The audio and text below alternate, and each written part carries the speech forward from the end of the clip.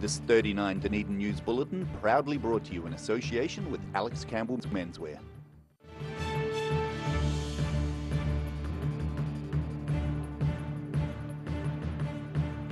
Tonight on 39 Dunedin News, volunteers hit the streets to raise money for an agency that's experiencing a major increase in demand. Children in Vanuatu will be getting new sports uniforms thanks to the efforts of some local Rotarians. And we count the beat with New Zealand Music Month and take a look at some of the odd places you'll find performances.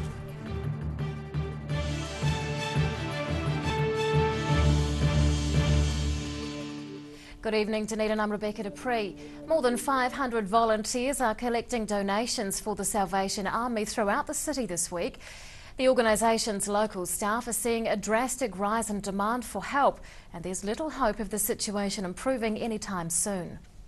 Stocking up on supplies. The Salvation Army is struggling to cope with increasing demand for its emergency food parcels as more local families are failing to pay the bills. In Dunedin, we've seen an increase of 12% in this quarter compared to last year. So that equates to an extra 1,053 families that we're looking after or have helped. Basic food items like bread and eggs are collected at the Salvation Army's food store and put into parcels for individuals and families. An estimated 300,000 children live in poverty throughout the country, and the worsening situation locally isn't expected to ease anytime soon. Possibly, I've got a feeling it could be the same or possibly a little bit worse off, but we're hoping that it doesn't go that way. We're hoping, of course, that it goes better. He says many families are struggling to manage day-to-day and can't cope when unexpected bills crop up.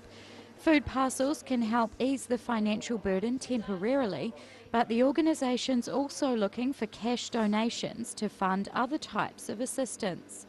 Give until it hurts, as they say, but you know, give what you can and we'll appreciate it, and we'll put it dollar for dollar to those who need it. So yeah, thank you.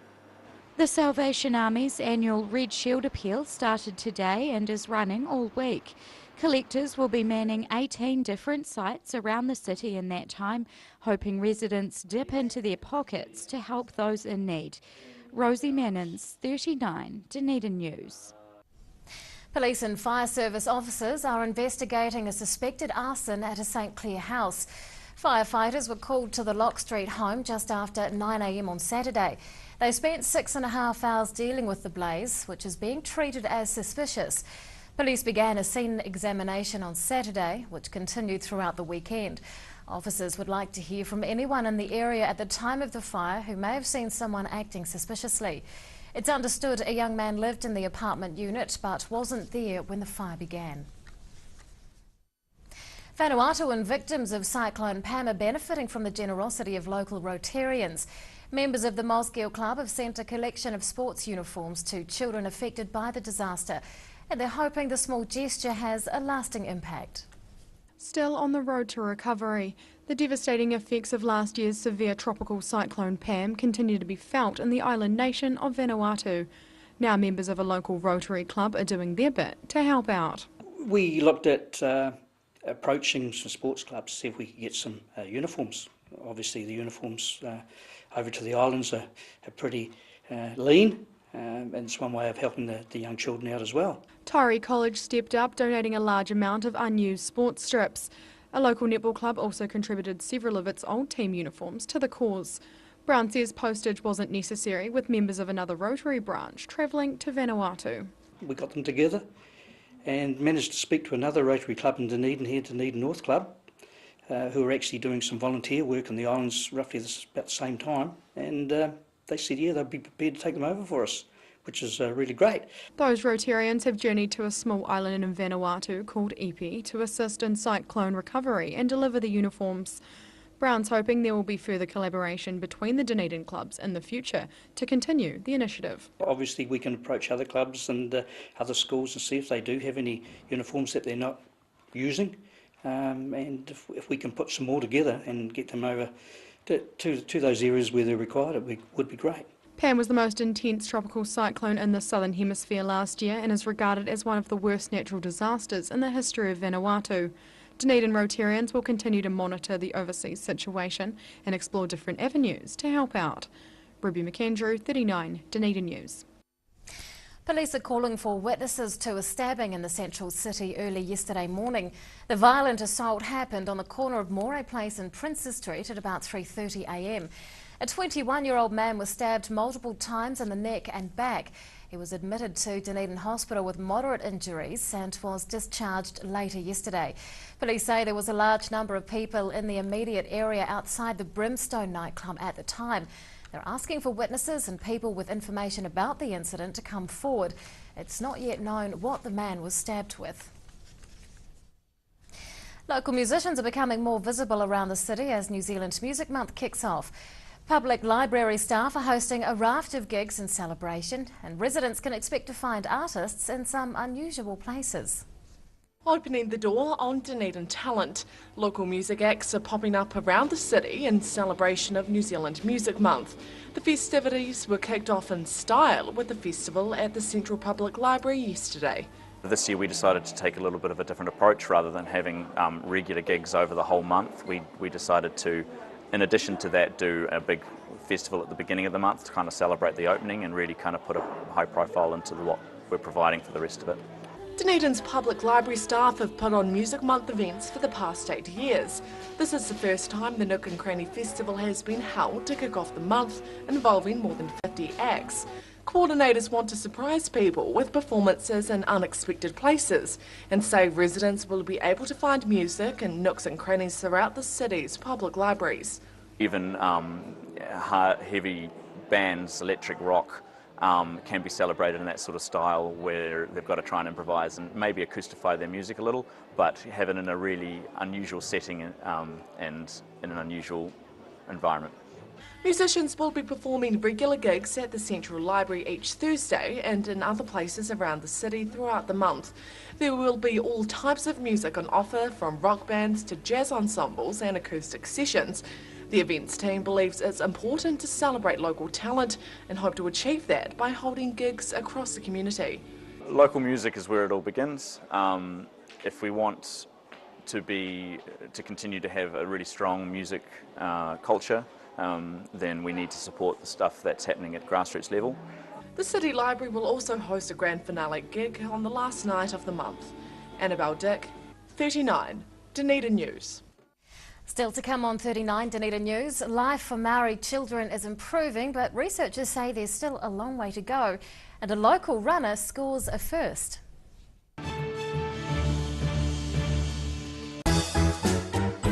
Every reason, every season, we're proud to dress the region. Alex Campbell Menswear, it fits.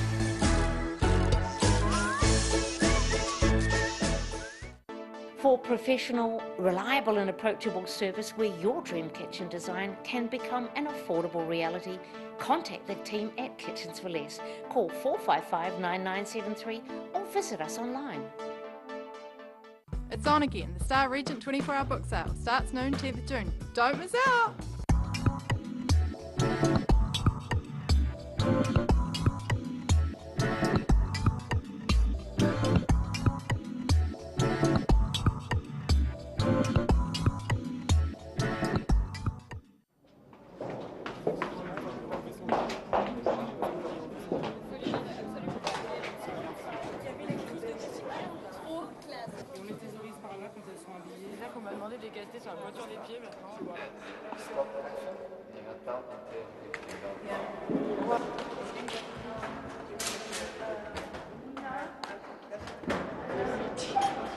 Oui, tu vas voir Marjolaine et New Zealand Beeswax Limited are the quintessential beeswax, woodware and beekeeping suppliers. From the amateur beekeeper to the commercial operator, New Zealand Beeswax Limited has the quantity to meet your needs. For great prices, great service New Zealand-wide, contact New Zealand Beeswax Limited on 03 693 9189 or visit www.beeswax.co.nz.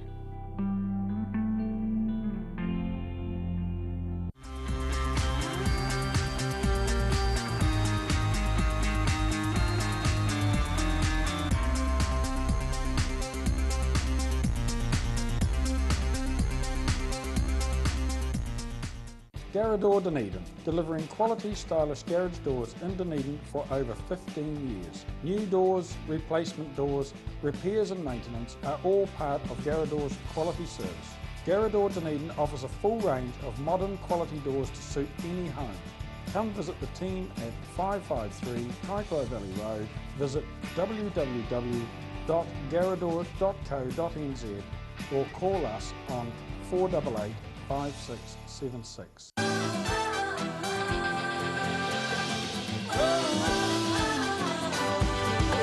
we're heading down George Street, down B, tip of the hat to the people we meet in southern skies. Take your place, take your place, take your place in the world. Take your place, take your place in the world. Mobility Scooters Otago. Mobility scooters, new and used, electric manual wheelchairs, strollers and walkers. Free home demonstration and delivery. Call Tony on 03 455 2875 or visit our showroom, 211 King Edward Street, opposite Westpac.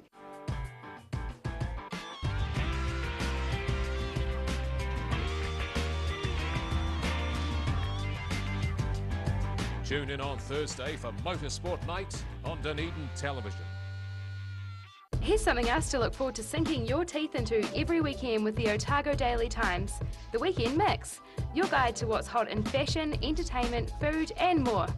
New weekend magazine in your ODT. Pick up your copy this Saturday. Welcome back. There's been a drop in the monthly number of new housing consents, but building activity still remains strong. In Dunedin, 33 new dwellings were consented last month, down from 50 in February.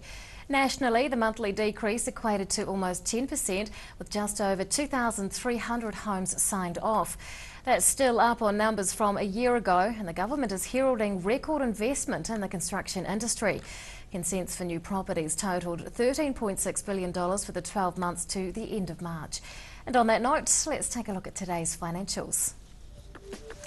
The NZX 50 has closed the day it's closed the day down 29 points. It's now at 6,792. And the Nikkei is down 533 points. To the exchange rates, which are most keen to get on your screen, we are up against all the major currencies we follow.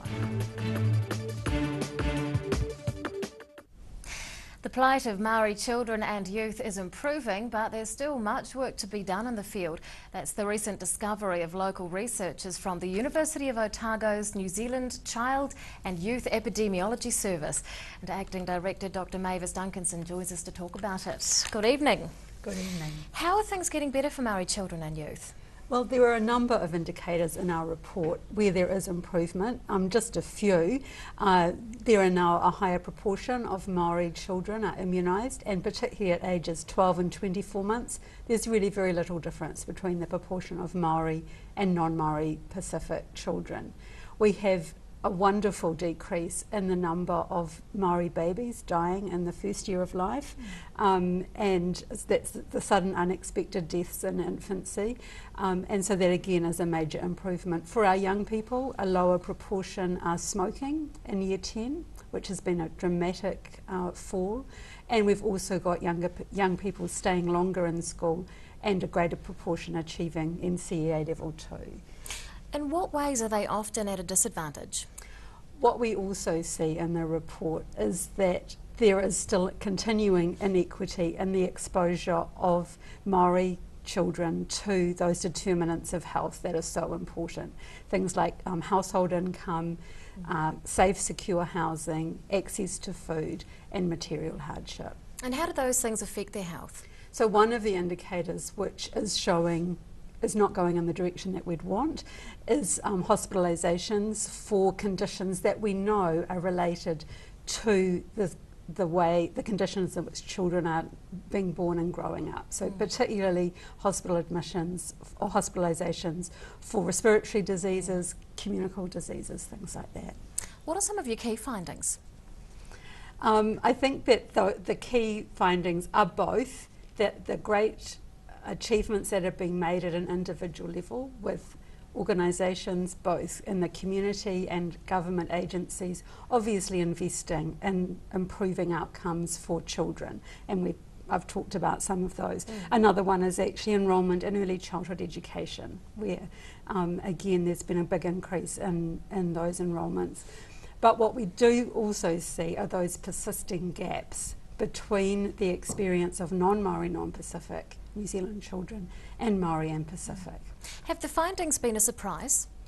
Not a surprise, sadly, because this is the kind of thing that we've been seeing. It's been great to be able to monitor and track changes in a positive direction, but I think there is some fundamental change that needs to happen in order to address the continuing inequity. What are some of those fundamental changes? I think the Māori Affairs Committee back in 2012 put it really well, and it's the things we've talked about. Having secure family incomes, having safe housing, having access to nutritious food. You are probably aware that late last year our government, alongside other member states of the United Nations, signed up to the Sustainable Development Goals, and the first two of those are eliminating poverty in all its forms and eliminating hunger.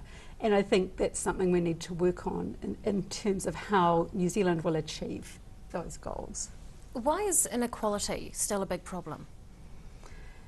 The World Health Organization kind of says that, or not kind of, the World Health Organization says very clearly that inequity in health is largely the result of the way that societies are ordered, and that it is possible for countries to make decisions that will reduce those inequities.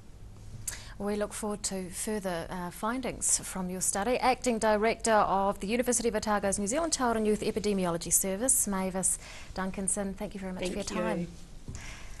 After the break on 39 Dunedin News, heavy metalers wow a 10,000 strong crowd and gamers gather for an international celebration. Sir Bob Charles, New Zealand's greatest golfer and still going strong. I'm sure that Sportsville was a contributing factor to my success, and I'll continue to use it. Sir Bob Charles Sportsville, a product so good he puts his name to it. Well, I believe Sportsville helps maintain your quality of life. Now being used by active men and women globally to support strength and mobility. It works for me. Sir Bob Charles Sportsville in the new all-black pack. Call now for the Sportsville special, 0800 502 402.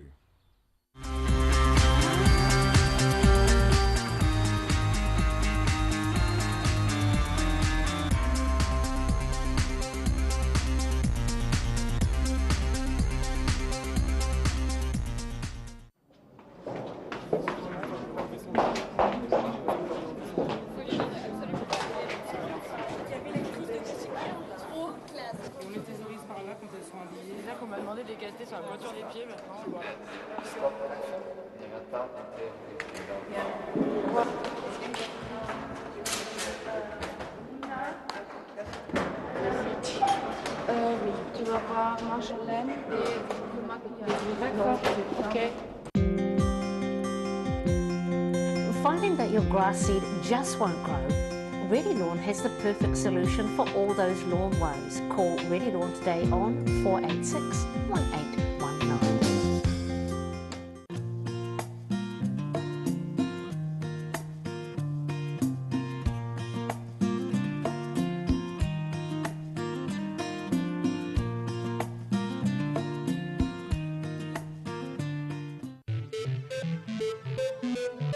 Tech Limited have been supplying beekeeping equipment and honey products in New Zealand for over 100 years.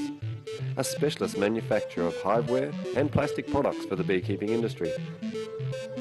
They are the leading supplier of beekeeping equipment nationwide. For all your beekeeping needs, visit ecrotech.co.nz or call 0800 117766. Mobility Scooters Otago. Mobility scooters, new and used, electric manual wheelchairs, strollers and walkers. Free home demonstration and delivery. Call Tony on 03 455 2875 or visit our showroom, 211 King Edward Street, opposite Westpac. She's 21 metres long with a 6.7 metre beam. She can support diving, seafloor mapping and sampling, deep water measurements, and has onboard laboratories. She has a range of 1,000 nautical miles, which means the Polaris 2 can take your studies further than you ever thought possible. My name's Will Raymond, and this is My Place in the World. Take your place in the world. Every reason, every season, we're proud to dress the region. Alex Campbell Menswear, it fits.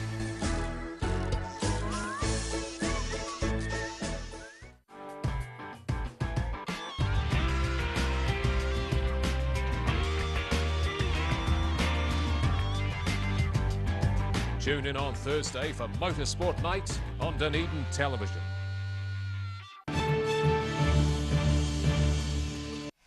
Welcome back. A local man has become the first person to run a 301-kilometre cycle trail non-stop. Dunedin man Glenn Sutton ran the Alps 2 Ocean Cycle Trail from Mount Cook to Oamaru over the weekend. The feat took him 45 hours and 29 minutes. He reached Oamaru in the early hours of yesterday morning. Sutton is the second runner to complete the track and the first to do it without stopping.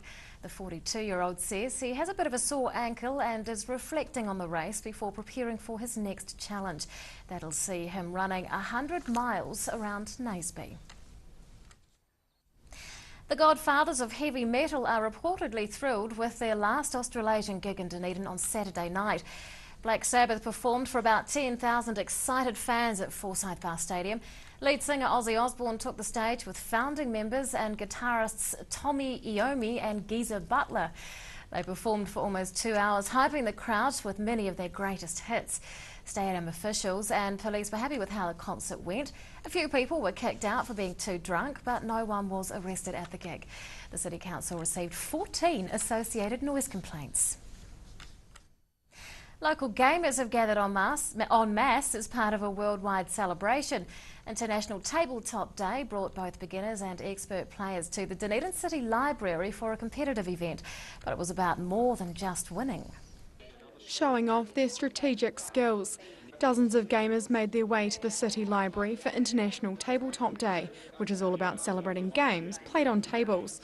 This is the fourth time an event's been held locally to mark the occasion, and organisers say there's always plenty on offer. We've got some role-playing with Pathfinder, we've got some small skirmishing games with Imperial Assault, and some miniature games with X-Wing, which is one of the most popular games around the planet. A range of different skill levels were on display during the event, which Cook says is hugely beneficial. It allows beginners to learn from more expert players and potentially be inspired to carry on with the hobby. One of the great things about the hobby is learning the skills as people get more and more into it. Some games involve miniatures that people can paint, and there's a whole process about learning to paint, just getting in there and finding other people that are good at painting and learning off them. He says the ability to look up gaming tutorials online is also helpful in allowing people to grow their skill set. But while plenty of gamers play to win, it's about more than just competition. Social aspect is people just having a pure escapist fun, forgetting what's going on in their lives, just sitting down with a set of rules, rolling some dice, having some crazy stuff happen, and having a laugh and having some fun. Cook says there are plenty of opportunities for similar meetups with several gaming groups in existence around the city. He says it's just about bringing people together and indulging their love of gaming. Ruby McAndrew, 39 Dunedin News. And now recapping tonight's top stories on 39 Dunedin News. The Salvation Army is dealing with a large increase in demand for food parcels, with more families struggling in poverty. Rotarians are delivering donated sports uniforms to children still recovering from the devastating effects of last year's Cyclone Pam. And musicians are kicking off New Zealand Music Month with surprise performances in public libraries and other unexpected places. Well, it's time now to find out what's going to be in Tuesday's Otago Daily Times. And Barry Stewart, a heavy metaler, is with us. Good evening. A heavy metaler, that's a wee bit extreme. How did you find the concert? I enjoyed it. It was very good. Great experience. Ozzy was sharper than anticipated. Oh, excellent. So there you go, that's my summary. That's your review. Now, talking about news, body cameras are being trialled by DCC parking wardens after abuse and violence from the public. So, Warden Cam. yeah, look out for that. So one of Dunedin's top organists, talking of music, has been appointed to a top position in Sweden. And work on the Mosgiel Countdown is about to begin next month. So exciting news for those out there. A suburban Dunedin pub is being reopened. And halfway through the Super Rugby competition, our experts pick their New Zealand Form 15. And we have a story on the Highlanders, on how the lack of bonus points is costing them dearly. Ooh, that's all in tomorrow's ODT. Yep. Thanks, Barry. Thank you. It's time now for local weather. This 39 Dunedin News weather update proudly brought to you in association with Silverhorn's Emu Oil. And here is our city view. It's taken of waves at St Clair Beach on another rather still Dunedin day. And around the city at 3 o'clock it was quite mild, in fact, 17 degrees for the central city, 22 at the Gardens and 21 out on the Tyree. To the situation in the northwest flow will continue from tomorrow with weakening fronts moving onto the country. To the forecast for some of the main towns in the lower South Island for tomorrow. Nor'westers, but otherwise fine for Invercargill and Gore. Cloudy in Tiana with nor'westers and fine in Alexander with northerlies and a high of 16. Fine with northerlies for Queenstown, Wanaka and Twizel, all on 16 degrees tomorrow, and a fine day for Oamaru with 17. In Dunedin tonight, showers clearing with an overnight low of 8. Tomorrow, sunny periods and light nor'easters tending northwest from evening, going for 16. And on Wednesday, high cloud increasing with nor'westers freshening and a high of 19. And finally to the Otago Pallet Fires tidal and fishing information. Low tide tomorrow morning is at 7:05 and low tide follows at 20 to 1. And fishing conditions look good tomorrow, especially at around 9 a.m.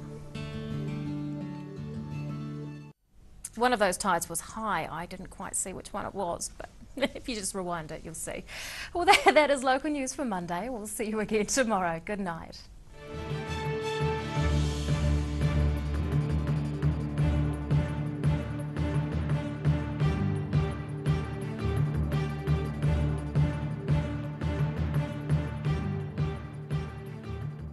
This 39 Dunedin News Bulletin proudly brought to you in association with Alex Campbell's Menswear. Supporting local content so you can see more of New Zealand on air.